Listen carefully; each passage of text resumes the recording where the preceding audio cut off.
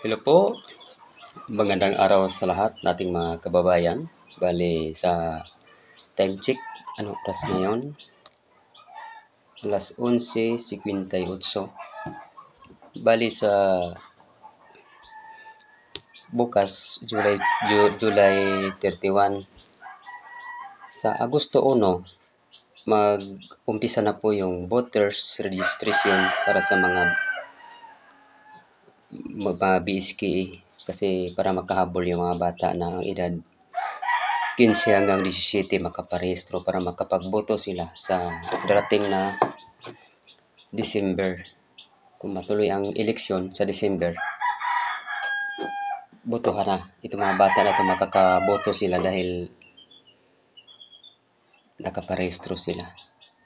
Kasi inaabangan natin yung SONA ni Pangulong Marcos. Walang nangyari, hindi pinag-usapan yung about sa BSKE. Kaya siguradong naglaps na siya sa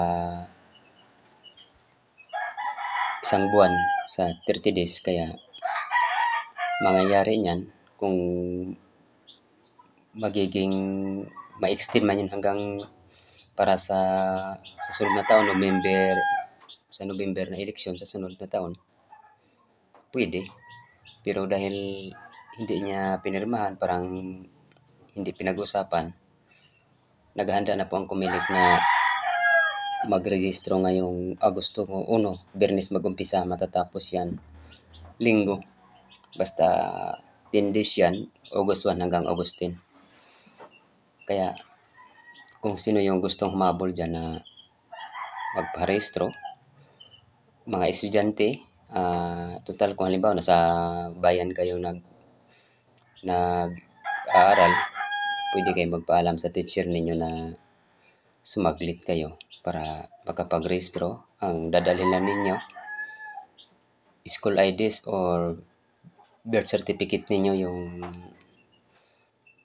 kung meron kayo dyan na galing sa NSO, pwede yun, ipasirox lang ninyo para hindi na kayo mahirapan pagpa-rehistro doon. Isa pa yung supporting document ninyo, yung ID mismo. Kasi andun yung pangalan ninyo na nasa naka-pattern yung pangalan ninyo doon. Minsan kasi mga birth certificate, mga malabo. Kaya doon sa ID school ninyo, madali na yun. Makialam tayo sa gobyerno, kaya kailangan natin na magparehistro para tayo ay makapili at makaboto.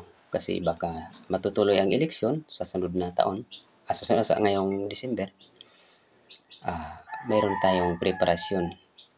Kaya sa lahat naman na mga gustong tumakbo sa halalang ito, sa December man or sa sunod na taon sa November, wala tayong magagawa, kailangan nating maghanda.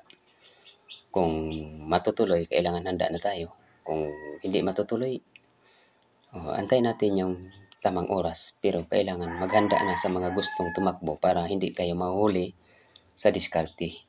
Yun lang po, kailangan na pagmatsyag tayo sa takbo ng panahon, kung ano ang mga balita, ano mga announcement ng ating gobyerno, kung may bandelyo sa barangay, kung may mga request sa kapitan na kailangan magparehistro lahat ng mga kabataan, at saka yung mga hindi pa nakapagparehistro na mga may edad na, tumungo kayo sa inyong office ng Comelec sa 1 ng Agosto hanggang Pizza 10. Kasi may mga open ang opisina nila. Walang Sabado yan, walang Sabado, walang Linggo. Basta pag silang nagbigay ng deadline na 10 days yan. Kaya yan lang po. Sa mga baser man dyan, pasensya na kayo.